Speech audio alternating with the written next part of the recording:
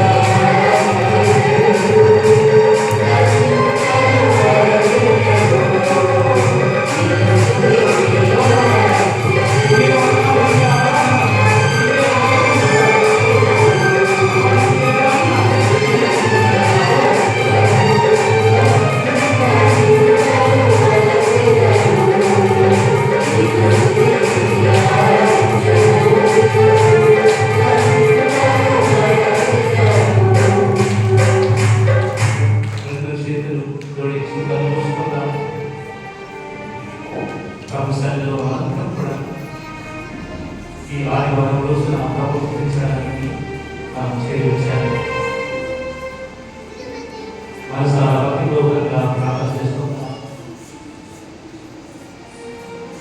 స్తుతించి ఆరాధించేదను నా చింతలు మరచెదను.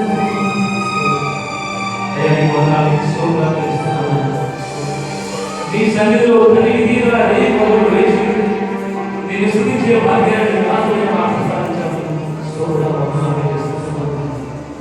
మా ఫలము ఇదే, మా కోట ఇదే, మా దుర్గము ఇదే, మా ఆశ్రయం ఇదే.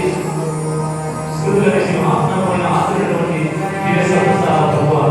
నీకు వందనాలు చేస్తున్నాను. అయోగ్యులైన మమ్మల్ని నీ సేవలు ఎక్కించావు. అయోగ్యులైన మమ్మల్ని నీ సన్నిధిలో ఉంచే భాగ్యం సాధించావు. తిరిగి నైనా ఇక్కడందరిలోని సన్నిధి చేయడానికి కరెంటు చూడమని ప్రార్థిస్తున్నాను.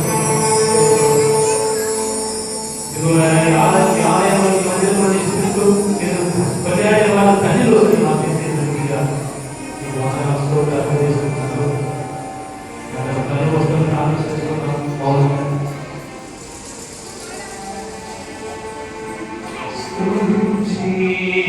ఆరాధించేదను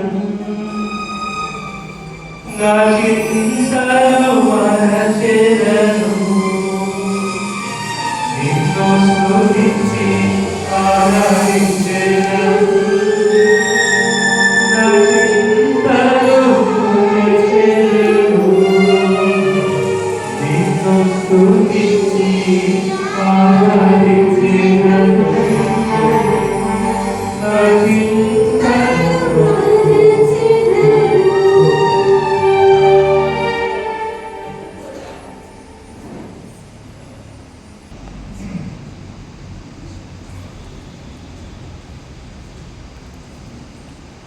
ప్రియమైనటువంటి దైవ ప్రజలారా,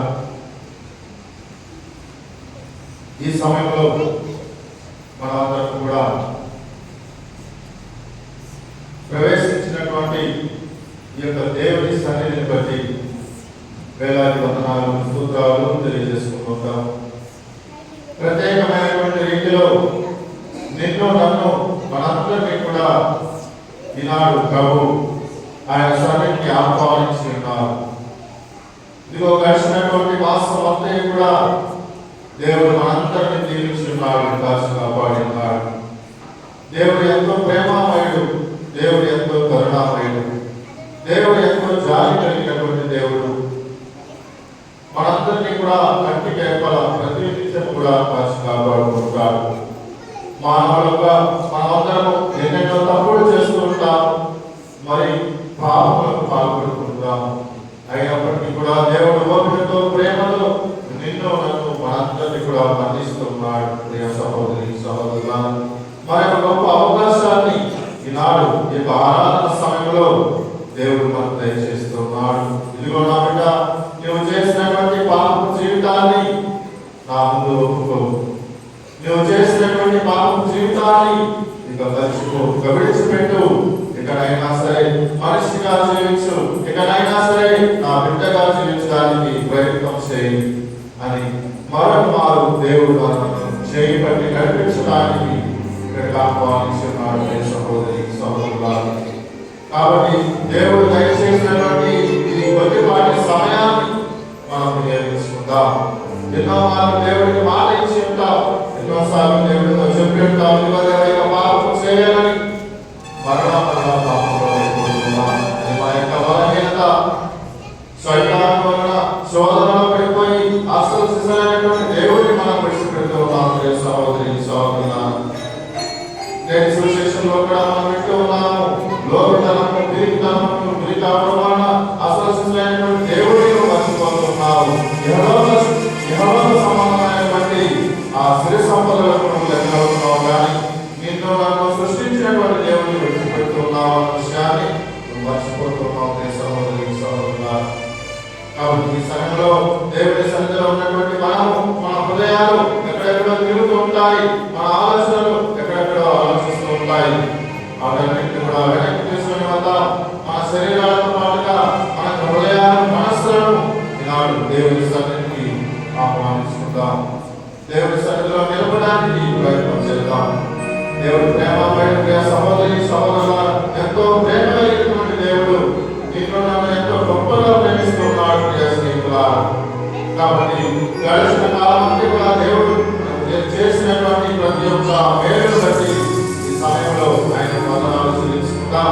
ఆయన ప్రేమను మనం ఒకసారి గుర్తు చేసుకుంటూ ఈ యొక్క గీతం ద్వారా ఆయనను ఆరాధించి స్తుతించడానికి ప్రయత్నం చేద్దాం.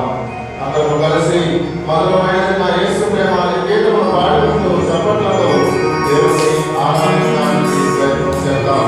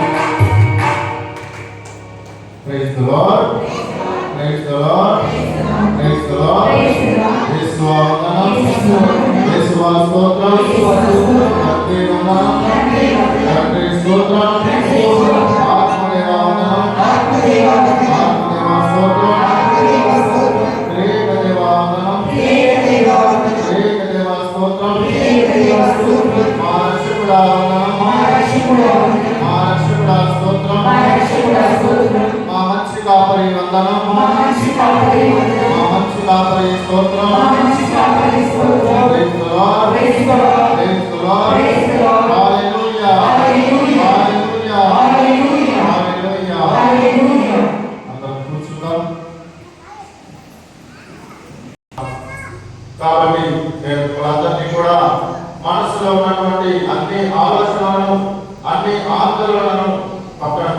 ఈ యొక్క కొంత సమయాన్ని దేవుడితో మాట్లాడడానికి, దేవుడి సన్నిధిలో గడపడానికి ప్రయత్నం చేయమని మిమ్మల్ని అందరినీ ప్రభు పేరుట ఆహ్వానిస్తున్నాం. ప్రియ స్నేహితులా, ప్రైజ్ ది లార్డ్. హల్లెలూయా, హల్లెలూయా. మరి ఈనాడు మనము ధ్యానం చేసుకోబోయేటువంటి అంశం, ఈ యొక్క పరిశుద్ధ ఆదివారం నాడు దేవుడు మనతో మాట్లాడబోతున్నటువంటి అంశం, ఒక కుటుంబము ఒక పరిశుద్ధమైనటువంటి కుటుంబంగా ఏ విధంగా మారాలి, ఒక కుటుంబము ఒక పరిశుద్ధమైన కుటుంబంగా ఏ విధంగా మారాలి అనేటువంటిది మనం ఈరోజు ధ్యానం చేసుకోవడానికి ప్రయత్నం చేద్దాం. ప్రియ సహోదరి సహోదరులా, దీనికంటే ముందుగా మనమందరము సంతోషించాల్సినటువంటి విషయము ఒకటి ఉంది. మనమందరం ఎక్కడ ఉన్నాము? మనమందరం ఎక్కడ ఉన్నాము? దేవుని యొక్క సన్నిధిలో ఉన్నాము. ఎక్కడ ఉన్నాము?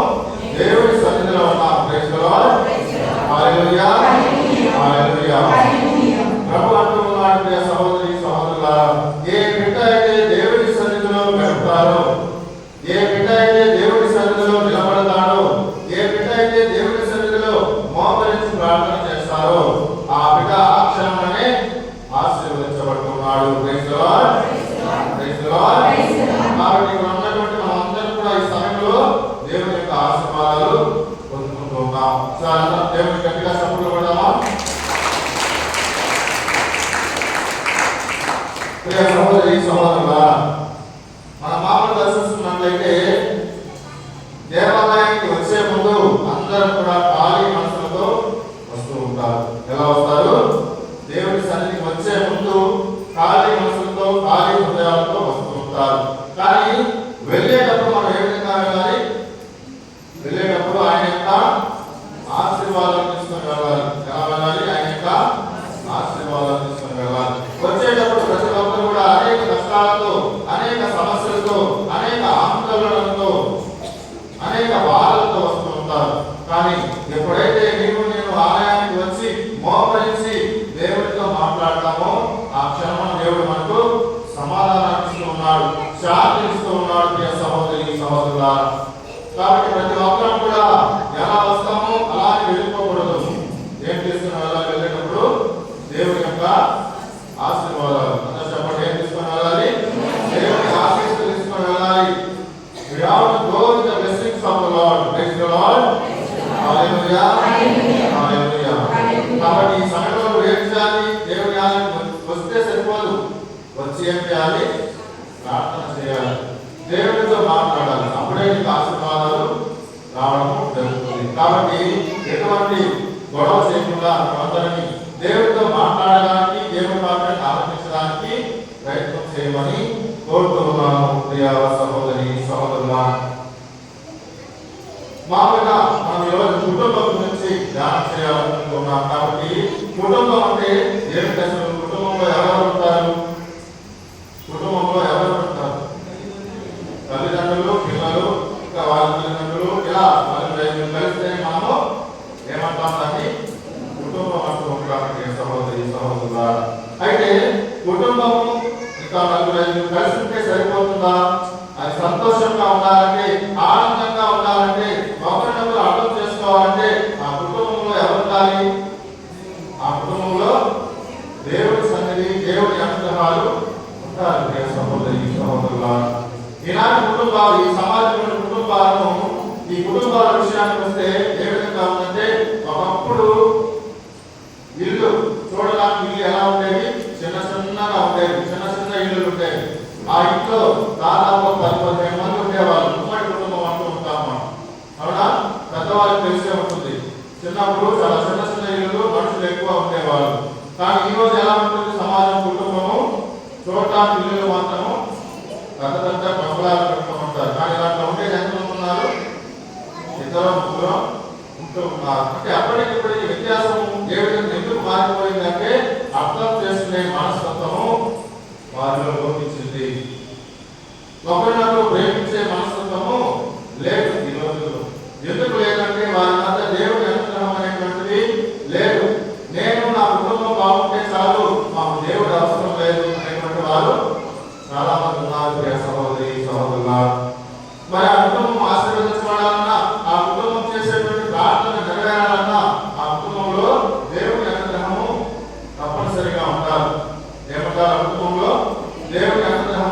తప్పనిసరిగా ఉండాలి ప్రియ సహోదరి సహోదరులా. ఒక కుటుంబాన్ని సముద్రంలో ప్రయాణించే ఒక పడవతో మనము పోల్చుకుందాం. ఒక కుటుంబాన్ని ఎలా పోల్చుకున్నాము? సముద్రంలో పడవలో వెళ్ళేటప్పుడు ఏ విధంగా ఉంటుంది? ఏమొస్తాయి?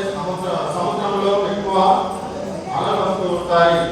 ఆ అలల తాకిడికి పట్టుకొని పడవను ముందుకు తీసుకొని వెళ్ళగలిగితేనే మనము ఒడ్డుకు చేరుకుంటాం. ఎక్కడ చేరుకుంటాము? ఒడ్డుకు చేరుకుంటాం. అలా కాకుండా అలలు మనం ఆ బోటును నడిపించలేకపోతే మధ్యలోనే మునిగిపోయే ప్రమాదము.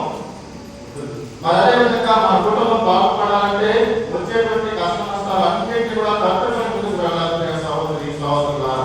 ఎప్పుడైతే కష్టాలను మనం భరించలేనప్పుడే మనకు ఏం జీవితము, దేవుడు ఎందుకు ఈ జీవితాన్ని ప్రసాదించాడు అనేటువంటి అనుమానం వస్తూ ఉంది. అదే నీ కుటుంబంలో నువ్వు కనుక ప్రార్థన చేసినట్లయితే, అదే నీ కుటుంబం అంతా కలిసి దేవుడితో మాట్లాడగలిగితే ఆ వచ్చేటువంటి కష్ట నష్టాలను చాలా సులువుగా మనము తీర్చుకోగలుగుతాం ప్రియ సహోదరి సహోదరులా. Praise the Lord. హల్లెలూయా. కాబట్టి ముఖ్యంగా ఈ కుటుంబం అనేటువంటి బాగుపడాలంటే ఈ కుటుంబము అనేటువంటిది దేవుడి సన్నిధికి రావాలి ప్రియ సహోదరి సహోదరులా. ఈరోజు మీ అందరికీ ఒక ప్రశ్న, కుటుంబం విషయానికి వస్తే ఎంతమంది ఇక్కడ కుటుంబం అంతా కలిసి ఈ సమయంలో ఆలయంలో ఉన్నారు? చేతులెత్తండి. కుటుంబం అని మా వారందరూ కూడా గుడికి వచ్చారు. ఏ ఒక్కరు ఇంటి దగ్గర లేరు అనేటువంటి వాళ్ళు చేతులెత్తండి.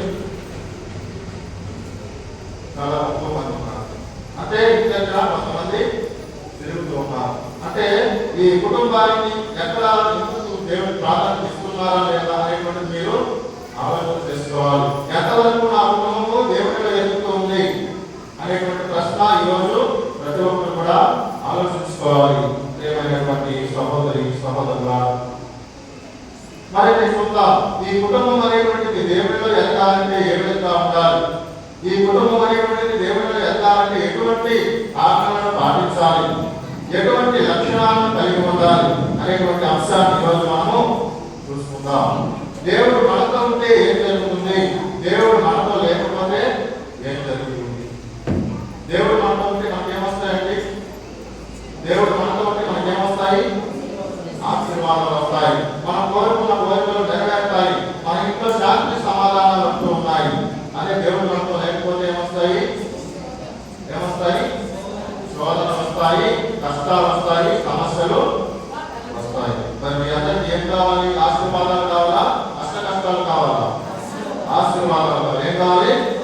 ఆశీర్వాదాలు కావాలంటే కుటుంబం అంతా కలిసి రావాలి. కుటుంబం అంతా కలిసి ప్రార్థించాలి. ప్రతిరోజు ప్రార్థించాలి ప్రియ సహోదరి సహోదరులా.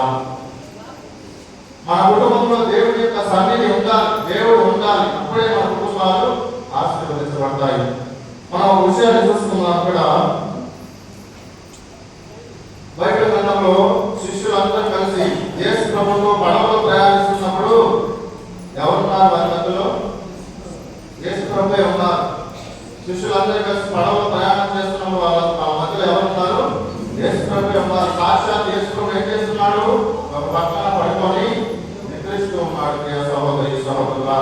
అయినప్పటికీ కూడా ఆ శిష్యులలో ఏమైంది? ఆ అలలు వచ్చినప్పుడు, తుఫాను వచ్చినప్పుడు ఏదో తెలియని ఆందోళన.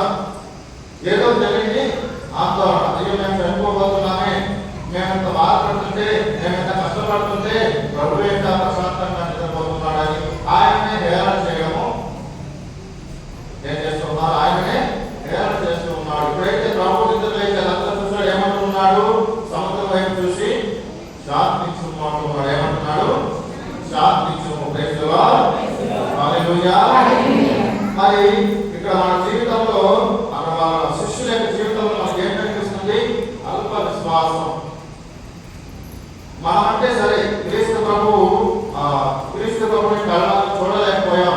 అయినప్పటికీ కూడా ఆయన వాళ్ళందరూ చెప్పిన మాటను మనం విశ్వసిస్తున్నాం. కానీ ఆ శిష్యులందరూ ఎవరు? వాళ్ళు సాక్షాత్తు ప్రభువుతో నడిచినటువంటి వాళ్ళు, ప్రభువుతో తిరిగినటువంటి వాళ్ళు, ప్రభు అద్భుతాలను కళ్ళను చూసినటువంటి వాళ్ళు. అలాంటి వారే అల్ప విశ్వాసాన్ని చూపిస్తూ ఉన్నారు. కొన్నిసార్లు మన జీవితంలో కూడా అలాగే ఉంటుంది. ప్రభు నీ పక్కనే ఉంటాడు, నీతోనే ఉంటాడు, నీతో మాట్లాడుతూనే ఉంటాడు. అయినా కూడా నీకు వినపడదు, కాపాడదు. కళ్ళు ఉంటాయి, చెవులు ఉంటాయి, కానీ ప్రభు మాట వినిపించదు, కనిపించదు. ఎందుకు వినిపించదు?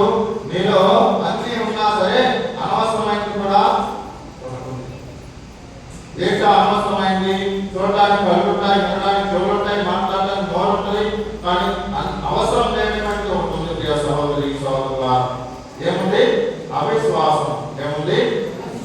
అవిశ్వాసం.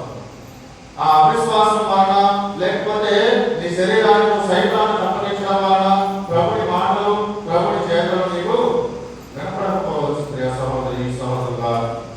కాబట్టి ఆ శిష్యుల వలె ఆత్మవిశ్వాసాన్ని కలిగి జీవించవద్దు. నా మాటను నిక్కచ్చిగా పాటించే వారి కుటుంబము, నా మాటను నిక్కచ్చిగా పాటించే వారి ఆ జీవితము ఆశీర్వదించబడుతుంది అని ప్రభు ఈనాడు మనకు తెలియజేస్తున్నాడు. ప్రియమైనటువంటి సహోదరి సహోదరులా, ఈ ప్రార్థన చేసే విషయంలో కొన్ని కుటుంబాలు వెనకాడుతూ ఉంటాయి. ఇదిగో ఈరోజు అందరూ ఖాళీగానే ఉంటారు, ఏ పని ఉండదు. కొంతమంది అయినా కూడా ప్రార్థన చేయడానికి సమయాన్ని కేటాయించరు. ఎందుకు కేటాయించారంటే వారు దేవుడి సంబంధించిన విషయాల కన్నా ఈ లోక సంబంధిత విషయాలకు ఎక్కువ ప్రాధాన్యత ఇస్తూ ఉంటారు. ప్రియ సహోదరి సహోదరులా, కొన్నిసార్లు ప్రార్థన చేసినా సరే 10 నిమిషాలు అలా చేసేసి వదిలేస్తూ ఉంటారు. కొంతమంది ప్రార్థన చేయమంటే ఏం కోరుతారు? ఇప్పుడు మీ అందరికీ ఒక ప్రశ్న, నేను దేవుడు ఇప్పుడు మీ అందరికీ ఎదురుపడి ఒక కోరిక కోరుకోమంటే ఏం కోరుకుంటారు? చెప్పండి సమాధానం.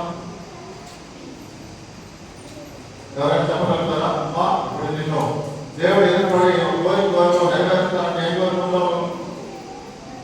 చెప్పమ్మా. ఎవరైనా చెప్పండి. దేవుడు నీకు ఎదురుపడి ఏదైనా కోరిక కోరుకోమంటే ఏం కోరిక కోరుకుంటారు? నాకు మంచి అన్ని డబ్బులు ఇవ్వాలి, నాకు మంచి బంగారం కావాలి, నాకు మంచి ఇల్లు కావాలని కోరుకుంటారు. అవునా కాదా? అవునా కాదా?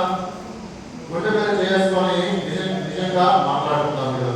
ఇప్పుడు దేవుడు నీకు కనబడి మంచి కోరికయ్యా నెరవేరుస్తానంటే నాకు మంచి ఇల్లు, నా మంచి డబ్బులు, బతికినంత కాలం సరిపోయే డబ్బులు, లేకపోతే ఒక 100 కేజీలు బంగారం కోరుకుంటారా లేదా?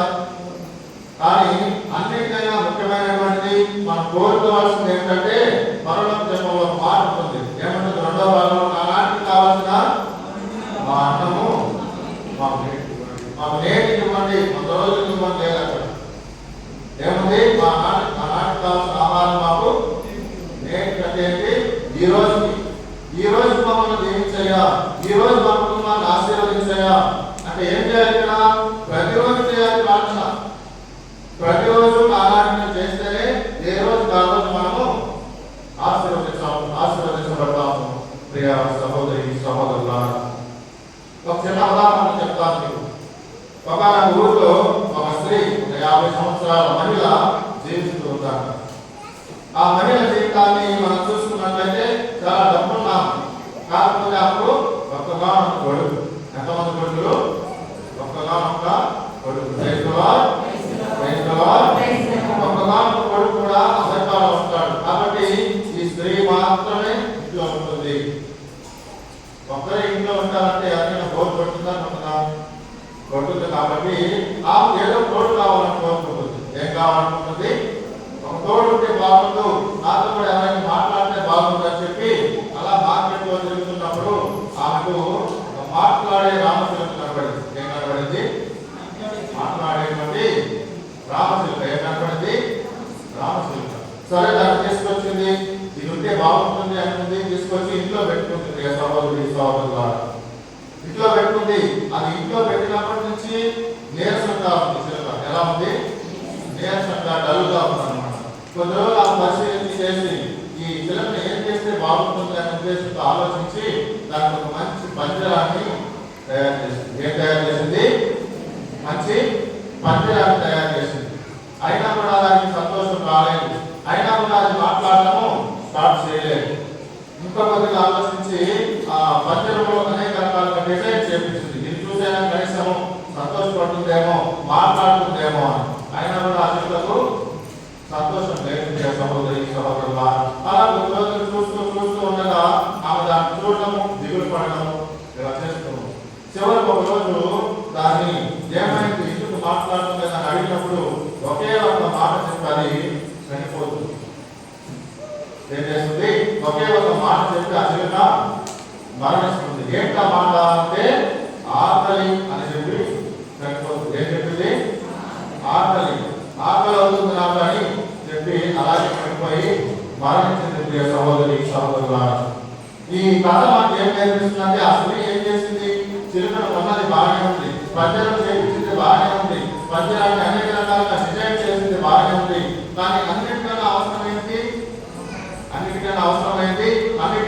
ముఖ్యమైనది ఆహారం ఒక్కరోజు కూడా పెట్టలేదు. పంజరం లేకపోయినా చిలుక బతుకుంది, ఏ సదుపాయం లేకపోయినా చిలుక బతుకుంది. కానీ భోజనం లేకుండా దాన్ని బతుకుతారా? ఎవరు బతుకుతారు? అందుకే ఆమె ఆహారం అని చెప్తే ఆ చిలుక మరణించింది. కొన్నిసార్లు మన ప్రార్థన కూడా అలాగే ఉంటుంది. కొన్నిసార్లు మనం చేసే ప్రార్థన కూడా ఇదే విధంగా ఉంటుంది. అనవసరమైన కోరికలన్నీ కోరుకుంటాం, పనికిరాని కోరికలన్నీ కోరుకుంటాం. కానీ మన జీవితానికి ఏది అవసరమో, ఇదిగో ఈ కోరిక నెరవేరితే నాకు బాగుంటుంది, ఆ కోరిక కోరుకుంటాం.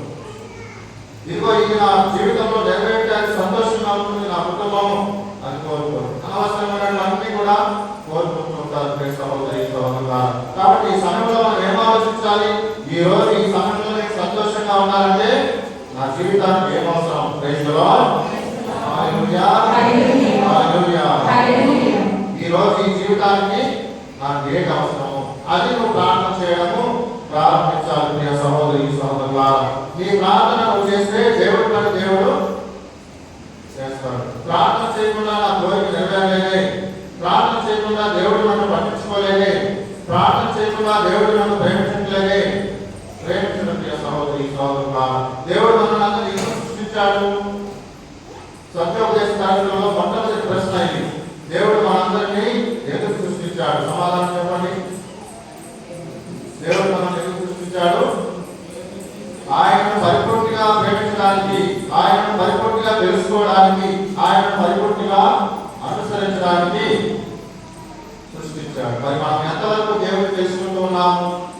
ఎంతవరకు దేవుని ఆజ్ఞను తెలుసుకుంటూ ఉన్నాము?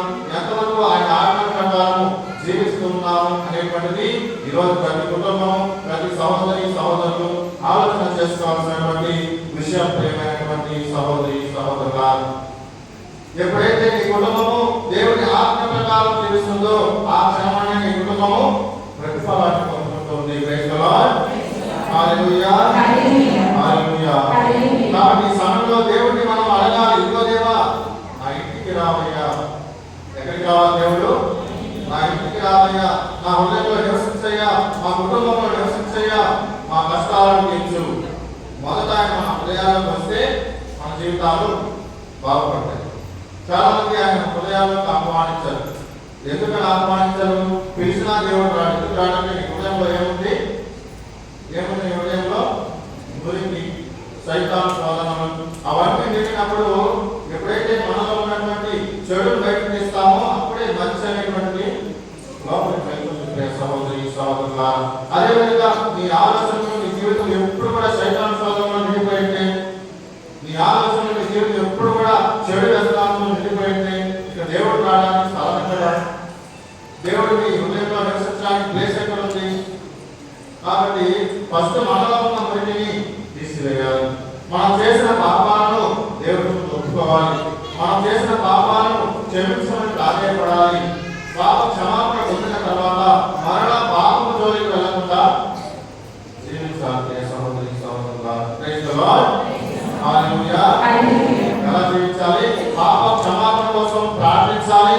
పాప క్షమాపణ పొందుకున్నట్లయితే మరలా పాపం చేయకుండా నువ్వు జీవించడము ప్రారంభించాలి. ప్రియ సహోదరి సహోదరులా, కాబట్టి మనం ఏమైనా ప్రార్థన చేయాలి? ఇదిగో నా పాపాలను క్షమించు, మరలా పాపం చేయనని నిండు మనసులో గట్టి ప్రయత్నం చేస్తున్నానని చెప్పాలి. చెప్పింది నెరవేర్చాలి. ప్రియ సహోదరి సహోదరులా, చాలా మంది జీవితాలు ఎప్పుడు ప్రార్థన అనేది నెరవేరుతుంటే చెప్పిన మాట మీద నిలబడదు. ఇదిగో దేవా మారు మనసు పొందుతారు అనుకుంటారు కానీ పొందుకోరు. పాపాలు ఇంకా ఎక్కువ చేయడానికి ప్రయత్నం చేస్తుంటారు. అలా ఉన్నప్పుడు మన జీవితం ఎక్కడ బాగుపడుతుంది? అలా ఉన్నప్పుడు మనం ఎప్పుడు దేవుడిని క్షమిస్తారు? ఎందుకు దేవుడిని క్షమించాలి? కాబట్టి చేసే ప్రార్థన నిక్కచ్చిగా చేయాలి. చేసే ప్రార్థన విశ్వాసంతో చేయాలి. చేసే ప్రార్థన భక్తితో చేయాలి. భయంతో కాదు, భక్తితో చేయాలి. ప్రియ సహోదరి సహోదరులా, ఎందుకంటే ఎందుకు భయపడాలి? దేవుడు ఎవరంటే మనల్ని ప్రేమించే దేవుడు. Praise the lord. ప్రేమ కలిగిన దేవుడు. ఉదాహరణ పాఠం, మనము దేవుడు ప్రేమ కలిగే దేవుడు, కరుణ కలిగే దేవుడు.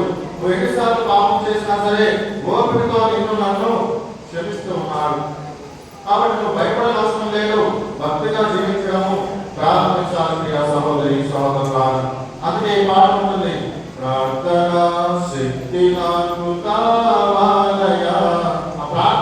శక్తి అనేది మనలో లేకపోతే సహోదరి సహోదరులా ఏం లేదు, మనలో ప్రార్థన శక్తి లేదు, ప్రార్థించే శక్తి లేదు. కేవలము ప్రార్థన పెదవులతో మాత్రమే చేస్తాం. కానీ ఎలా చేయాలి ప్రార్థన?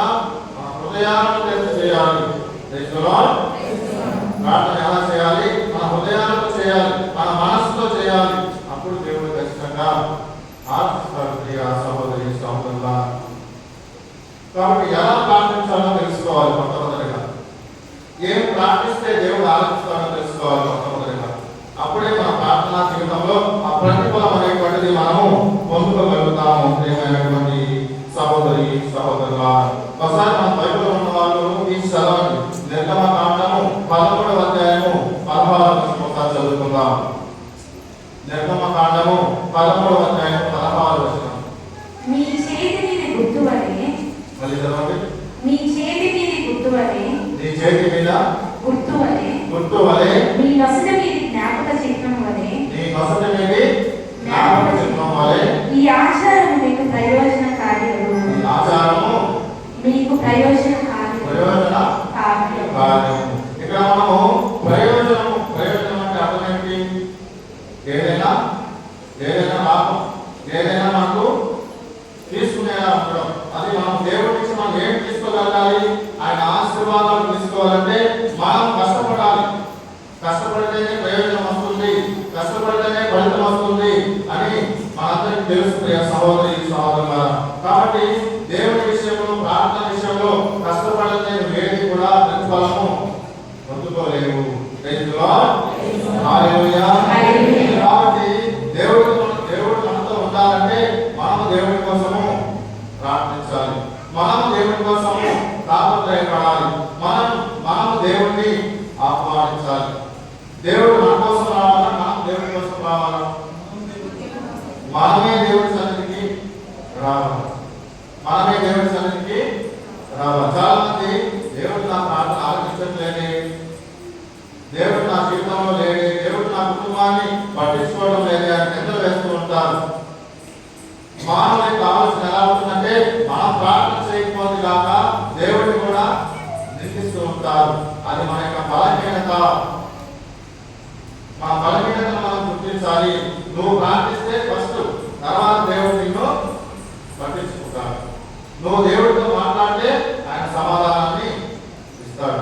నువ్వే మాట్లాడకుండా ఇప్పుడు మనం ఎవరైనా మాట్లాడితేనే వాళ్ళు తిరిగి మనతో మాట్లాడతారు. నువ్వు సైలెంట్ గా ఉంటే ఎవరు కూడా నిన్ను పట్టించుకోవాలి. అదేవిధంగా దేవుడితో నువ్వు మాట్లాడాలి, నువ్వు సన్నిధికి రావాలి. దేవా నా జీవితం ఇలా ఉంది కాబట్టి దాని పరిష్కారాన్ని చూపని నువ్వు అడిగితే దేవుడు ఎలా మాట్లాడతాడు అనేటువంటిది మనము ఆత్మపరిశీలన చేసుకోవాలి. అందుకే యేసయ్యా మా ఇంటికి రావయ్యా, మా హృదయాలను రావయ్యా, మా హృదయాలను పరిశుభ్రపరచయ్యా, మా హృదయాలను మా జీవితాలను ఆశీర్వదించయ్యా అని మనము దేవుడిని ప్రార్థించగలగాలి. ప్రియ సహోదరి సహోదరులా, మరి రెండవ విషయం ఈరోజు మనము నేర్చుకోబోయేది ఏమిటి అంటే, మొట్టమొదటి అంశము దేవుడిని మన కుటుంబాలను ఆహ్వానించాలి.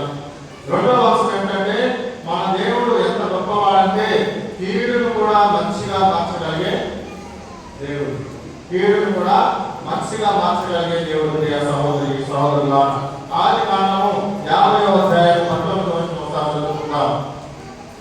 ఆదికాండము 50వ అధ్యాయము 19వ వచనం.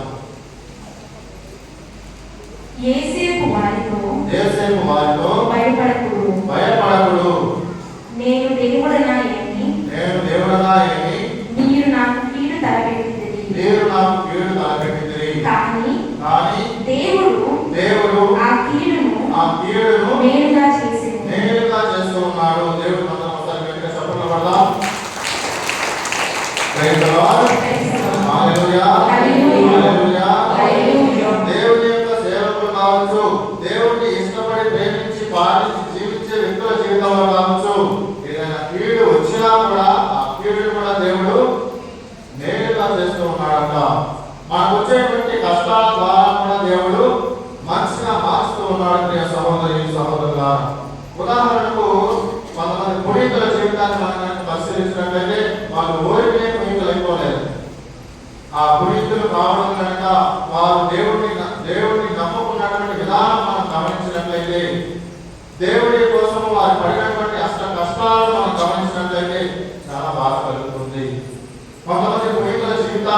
నిత్యము కష్టాలనే ముగిసిపోయాయి. కొంతమంది ప్రేమికుల జీవితాలు నిత్యము బాధలు సమస్యలతో ఎవరో ఒకరు ఏదో ఒక మాట్లాడడం, ఎవరో ఒకరు ఏదో ఒక బాధ పెట్టడం, ఇబ్బంది పెట్టడం, ఇదే బాధ పడుతుంటూనే వాళ్ళు చివరకు మరణాన్ని కూడా పొందుతున్నారు. ఈ కష్ట నష్టాలను ఎందుకు పొందుతున్నారంటే కేవలం దేవుడి కోసం, దేవుడి నామాన్ని గణపరచాలనే ఉద్దేశంతో మాత్రమే వాళ్ళు దేవుడి కోసం అష్ట కష్టాలను పడ్డారు. చివరకు దేవుడి సన్నిధిలో వారు గుర్తింపబడ్డారు. ఈ రోజు పునీతులుగా మారి మనందరి కోసము ప్రార్థన చేస్తూ ఉన్నారు. సహోదరి సహోదరులు, praise the Lord, hallelujah, hallelujah.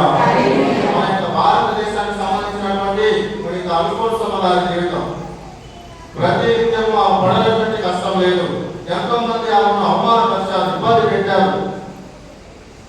Mother Teresa గారి జీవితము ఇక్కడికి వచ్చినప్పటి నుంచి ఎవరో నిందలు వేయడం చేస్తూనే ఉన్నారు. అయినా కూడా ఆమె భయపడలేదు. ప్రభువు నమ్మింది, ప్రభువు ఆశ్రయించింది, ప్రభువుకు ప్రార్థన చేసింది, చివరకు విజయం సాధించింది. మన జీవితాలు కూడా అలాగే ఉండాలి సహోదరి సహోదరులు. కొంతమంది జీవితంలో చిన్న కష్టం వస్తే చాలు భయపడుతుంటారు. కొంతమంది జీవితంలో చిన్న సమస్య వస్తే చాలు ఏం జీవితంలో బాబు అనుకుని ఏం చేయటువంటి వారు ఉన్నారు. ఆ రోజు యేసు ప్రభువు శిలువ మరణం సమయంలో మనం చూసాం. ఎన్ని కష్టాలు పడ్డాడు ఆయన, ఎంతలా అవమానించారు, మొగాన ఉమ్ము వేశారు, కొరడాలలో పెట్టారు, ముళ్ళ కిరీటం పెట్టారు. అయినా కూడా ఆయన తిరిగి కోప్పడ్డాడా? ఎవరికైనా కోప్పడ్డాడా? యేసు ప్రభువు కోప్పడలేదు. ప్రేమతో భరించాడు. సహోదరి సహోదరులారా, ఎందుకు భరించాడు? ఆయన తిరిగి ఒక మాట అంటే అందరూ నాశనం అయిపోయేవాళ్ళు, కానీ ఆయన అలా చేయలేదు. ఎందుకు చేయలేదు? ఆయన వచ్చింది ఈ లోకానికి మనందరినీ కూడా రక్షించడానికి, మనందరినీ కూడా ప్రేమించడానికి, మనందరికీ కూడా మంచి జీవితాన్ని, పాప మన్నింపును ప్రసాదించడానికి, అంతకు మించి అన్నిటికన్నా ముఖ్యంగా తండ్రి దేవుని యొక్క చిత్తాన్ని నెరవేర్చడానికి. Praise the Lord, hallelujah, hallelujah. కాబట్టి వచ్చేటువంటి కష్ట నష్టాలు, కుటుంబం అన్నాక కష్టాలు వస్తాయి, కుటుంబం అన్నాక సమస్యలు వస్తాయి. ఆ కష్ట నష్టాలు జయించినప్పుడే మనం దేవునికి మహిమపరిచిన వారు అవుతాం. ప్రియ సహోదరి సహోదరులా, కొంతకాలం జీవితంలో అనేక మంది రాళ్ళు వేస్తూ ఉంటారు. ఒక కుటుంబం మంచిగా ఉందంటే, ఒక కుటుంబం సంతోషంగా ఉందంటే అది ఓర్చుకోలేనటువంటి వాళ్ళు ఏం చేస్తారు? నిందలు వేయడానికి మొదలు పెడతారు. ఏం చేస్తారు? నిందలు వేయడానికి రాళ్ళు వేస్తూ ఉంటారు. వీళ్ళే మనుషులు, వీళ్ళు ఇలా చేస్తున్నారని. అలా వాళ్ళు వేసేటువంటి రాళ్ళు ఒక్కొక్కటి జతపరిస్తేనే మనం కట్టేటువంటి ఒక పెద్ద ఇల్లు అవుతుంది. సహోదరి సహోదరులా, అదేవిధంగా ఎదుటివారు వేసేటువంటి రాళ్ళను భరిస్తేనే దేవుని సమక్షంలో మనము విజయాన్ని సాధించిన వాళ్ళం అవుతాము. Praise the Lord, hallelujah, hallelujah. కాబట్టి ఈ సమయంలో వచ్చేటువంటి కష్ట నష్టాలను చూసి భయపడకూడదు. దేవుడిని ఆహ్వానించుకొని ప్రార్థించడము ప్రారంభించాలి అనేటువంటిది రెండో విషయం. ప్రియ సహోదరి సహోదరులా, మరి మూడవది మనం నేర్చుకోవాల్సింది కుటుంబ పరంగా మొట్టమొదటి ప్రశ్న మీరు వేసుకోవాల్సినది, ప్రతి కుటుంబం కూడా నా కుటుంబంలో దేవుడు ఉన్నాడా? ఏంటా ప్రశ్న? నా కుటుంబంలో దేవుడు ఉన్నాడా? మీరు మీ సమాధానం చెప్పుకోండి. మీ కుటుంబ పరిస్థితి ఏంటో మీకు తెలుసు, మీ కుటుంబ స్థితిగతులు ఏంటో మీకు తెలుసు, ప్రార్థనలో మీ కుటుంబం ఎంత బలపడింది అనేటువంటి ఇక్కడ ఉన్న కుటుంబ సభ్యులందరికీ కూడా తెలుసు. మరి మీరు ఈరోజు ఆలోచన చేయాలి, నా కుటుంబంలో దేవుడు ఉన్నాడా? ఒకసారి చేతులు ఎత్తండి. నా కుటుంబంలో దేవుడు ఉన్నాడా అనేటువంటి వాళ్ళు అందరు ఎత్తారు, లేకపోతే కుటుంబంలో దేవుడు లేడు. నా కుటుంబంలో దేవుడు ఉన్నాడని చెప్తారు. మరి మీ కుటుంబాలు దేవుడి వందనాలు. మరి అందరూ కూడా నిజాన్ని ఎత్తారో లేకపోతే అందరూ చూస్తున్నారని ఎత్తారు, కానీ అందరూ చేతులైతే ఎత్తారు. దేవుడు మన కుటుంబాలని ఆశీర్వదించుగాక. ఆమేన్. ప్రైజ్ ది లార్డ్, హల్లెలూయా, హల్లెలూయా. ప్రియమైనటువంటి సహోదరి సహోదరులారా, మరి ఇప్పుడు మనము ఏం చేయాలి? కుటుంబం కలిసికట్టుగా ప్రార్థించే సమయంలో కొన్ని సమస్యలు ఉన్నాయి. ప్రియ సహోదరి సహోదరులారా, అబ్రహాము జీవితాన్ని మనం ఒకసారి పరిశీలన చేద్దాం. అబ్రహాము పిల్లలు ఎప్పుడు పుట్టారండి? ఎప్పుడు పుట్టారు పిల్లలు? దాదాపు 90-100 సంవత్సరాల సమయంలో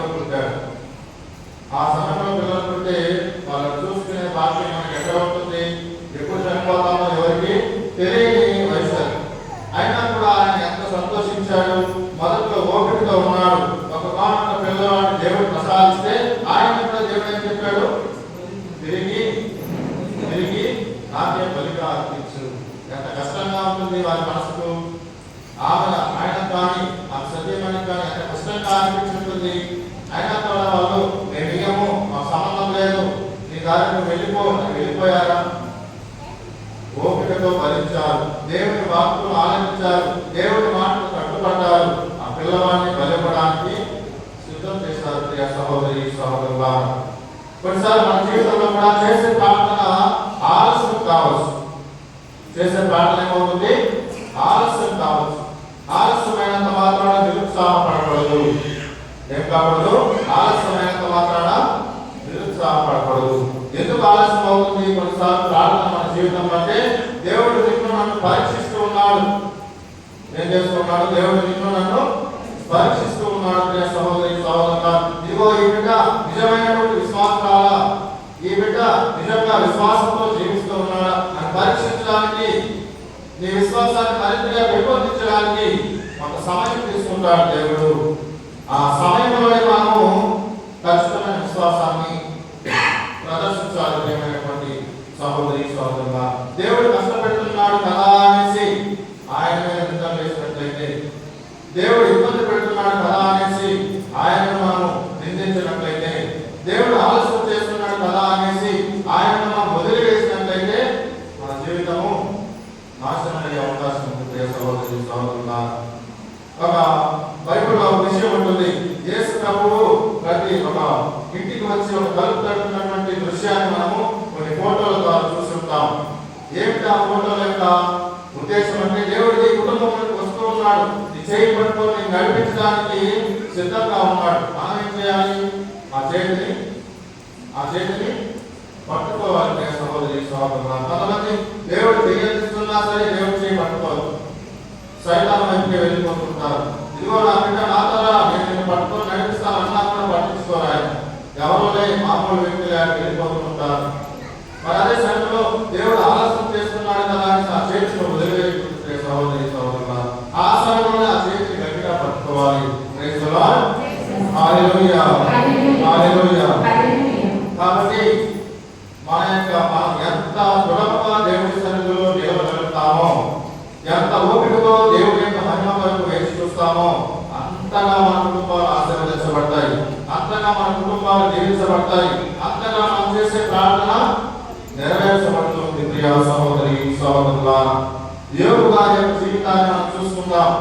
యోబు గారు చెప్పుకోవడానికి చాలా సంపన్నుడు, కానీ ఎలా జీవించాడు? చివరకు చాలా పేదవాడిగా మారిపోయారు, దిక్కులేనటువంటి వారిగా మారిపోయారు, ఎన్నో రకాల వ్యాధులతో సతమతమయ్యాడు. అయినా కూడా ఆయన నిరుత్సాహపడలేదు, ప్రార్థన పట్ల పట్టు విడవలేదు.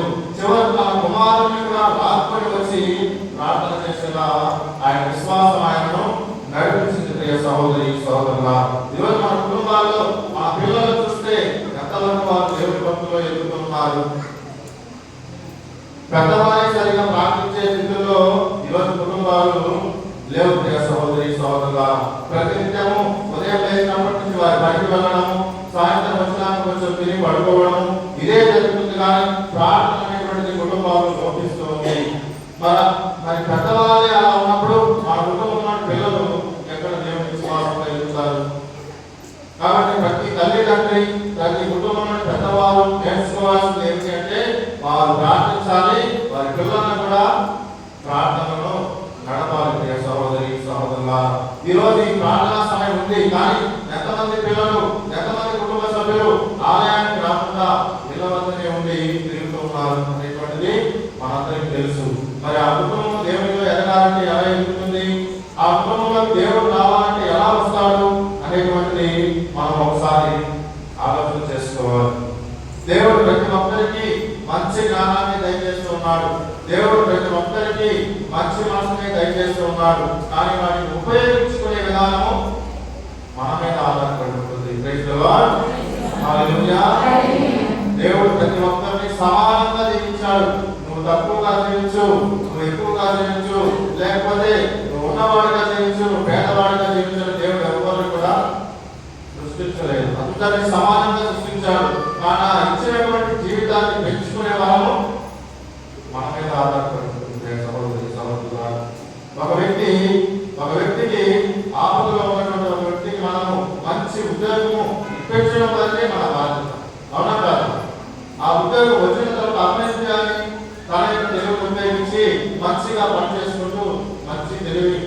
పేరు సంపాదించుకోవాలి. అలా కాకుండా ఇచ్చిన యొక్క పనిని సక్రమంగా నెరవేర్చకుండా ఇష్టానుసారంగా జీవించినట్లయితే ఆ ఉన్న ఉద్యోగం కూడా ఊడిపోయే ప్రమాదం ఉంది ప్రియ సహోదరి సహోదరులు. కాబట్టి అదేవిధంగా దేవుడు ప్రసాదించినటువంటి ఈ విలువైన మానవ జీవితంలో దేవుడు ఇచ్చినటువంటి ఈ పరిశుభ్రమైన ఈ శరీరం అనే ఆలయాన్ని నువ్వు పరిశుభ్రంగా ఉంచుకోవాలి. మనలో ప్రతి ఒక్కరిలో ఎవరు నివసిస్తూ ఉన్నారు? దేవుడు నివసిస్తూ ఉన్నారు. ఈ ప్రతి శరీరం కూడా ఒక ఆలయంగా ఉంటుంది. కాబట్టి దేవుడు వస్తున్నటువంటి యొక్క ఆలయాన్ని ఎలా ఉంచుకోవాలి? మనము ఎలా ఉంచుకోవాలి? ఇప్పుడు మనకి ఇచ్చినటువంటి ఈ ఆలయాన్ని మనం ఏ విధంగా పెట్టుకుంటాం? ఎప్పుడు మనం శుభ్రంగా పెట్టుకుంటాం, ఎప్పుడు మనం పవిత్రంగా పెట్టుకుంటాం, ప్రార్థనకు అనుకూలమైన విధంగా పెట్టుకుంటాం.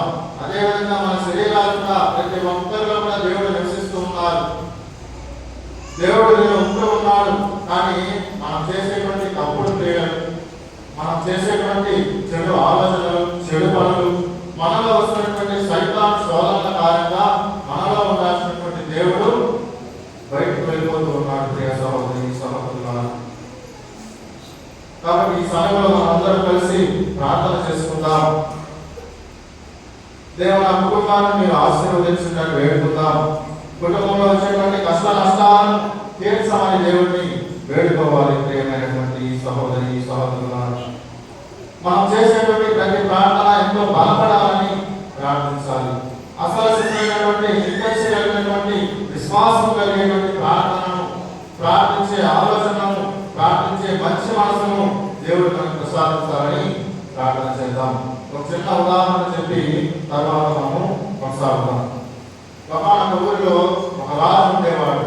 ఆ రాజుకు 3 సేవకులు ఉన్నారు. ఎంతమంది సేవకులు ఉన్నారు? 3 సేవకులు ఉన్నారు.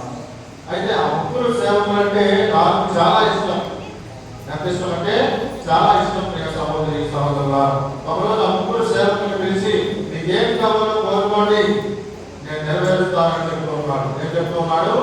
మీకు ఏం కావాలో కోరుకోండి అన్నప్పుడు మొదటి సేవకుడు ఈ విధంగా అంటూ ఉన్నాడు, నాకు పెళ్లి కావాలంటాడు. ఏం కావాలంటాడు? పెళ్లి కావాలంటాడు. అదేవిధంగా ఆ రాజు ఆ రాజ్యంలోని మంచి అమ్మాయిని చూసి పెళ్లి చేసి పంపించేస్తాడు. మరి రెండవ సేవకుడు వచ్చి నాకు మంచి ఇల్లు కావాలంటాడు. ఏం కావాలంటాడు? మంచి ఇల్లు కావాలి అన్నట్టుగానే మంచి అన్ని సౌకర్యాలతో కూడినటువంటి ఒక మంచి ఇల్లును కట్టించి ఇవ్వడం జరిగింది ప్రియ సహోదరి సహోదరులారా. ఇప్పుడు అసలైనటువంటి 3వ సేవకుడు వచ్చాడు. ఈ 3వ సేవకుడికి నీకేం కావాలని అడిగినప్పుడు ఏం చెప్పాడు తెలుసా? ఏం చెప్పుకుంటాడు చెప్పండి? ఏం చెప్పాడంటే నీకేం కావాలని కోరుకున్నప్పుడు నువ్వే కావాలంటాడు. ఏమంటున్నాడు రాజుగారితో? నీకేం కావాలన్నప్పుడు నువ్వే కావాలన్నాడు. రాజుగారు తిరునవ్వు నవ్వి నేను నీతోనే కదా ఉన్నాను, ఇక ఏం కావాలో కోరుకోవాలని చూడు అన్నప్పుడు రాజా నువ్వు ఒక్క పూట నా ఇంటికి వచ్చి ఒక పూట భోజనం చేయమంటున్నాడు. Praise the Lord. హల్లెలూయా. ఏం కోరుకున్నాడు? మొట్టమొదటి వాడు పెళ్లి కావాలన్నాడు, పెళ్లి చేశాడు. రెండవ వాడు ఇల్లు కావాలన్నాడు, ఇల్లు ఇచ్చాడు. మూడవ వాడు ఏం కావాలన్నాడు?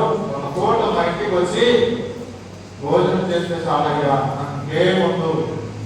ఈ కోరినటువంటి కోరికలు గుర్తుపెట్టుకోవాలి స్నేహితులారా.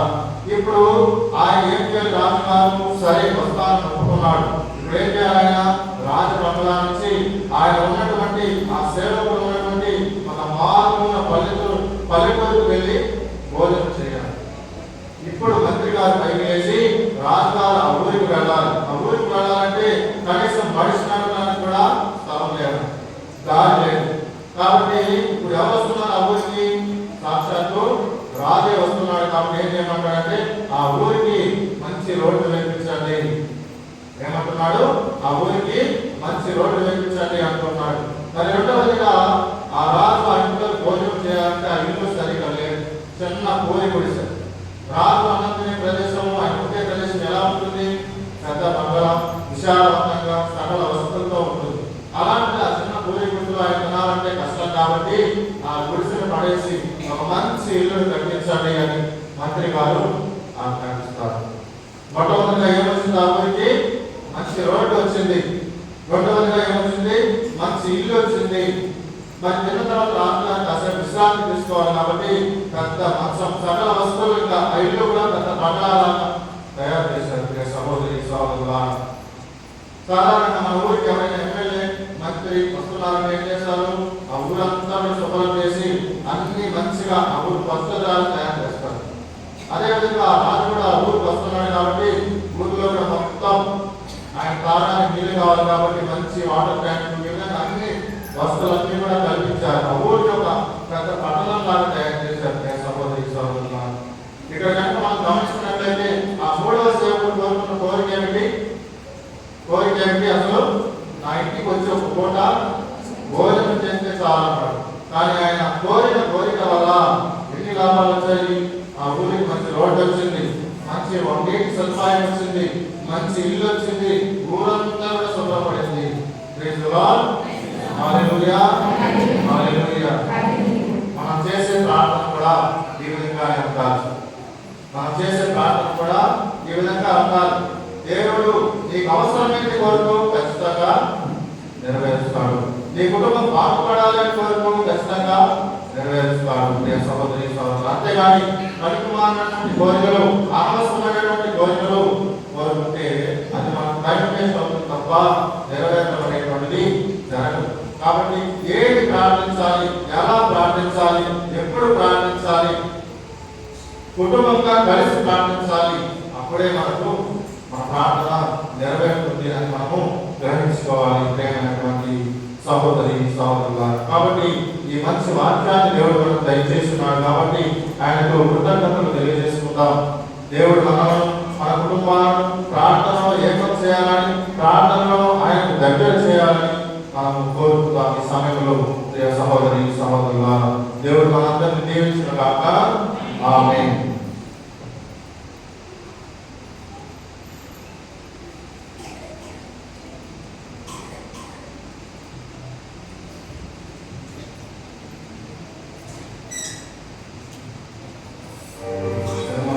పాట పాడుతున్నాం.